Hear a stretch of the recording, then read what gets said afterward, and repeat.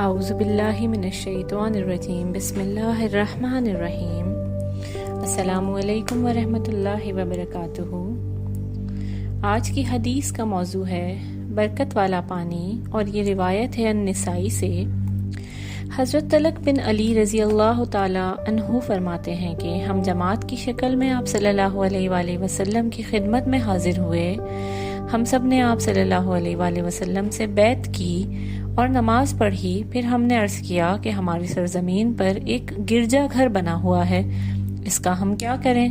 اس کے بعد ہم نے آپ صلی اللہ علیہ وآلہ وسلم سے وضو کا بچا ہوا پانی مانگا۔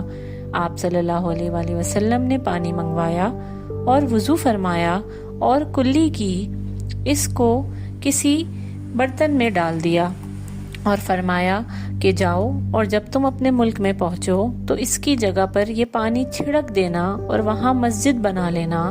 ہم نے عرض کیا کہ ہمارا شہر تو بہت دور ہے اور گرمی بہت سخت ہے، لہٰذا یہ پانی وہاں پہنچتے پہنچتے خشک ہو جائے گا۔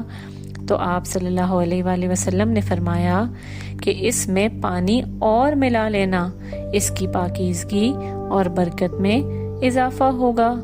جزاک اللہ خیرا کثیرا۔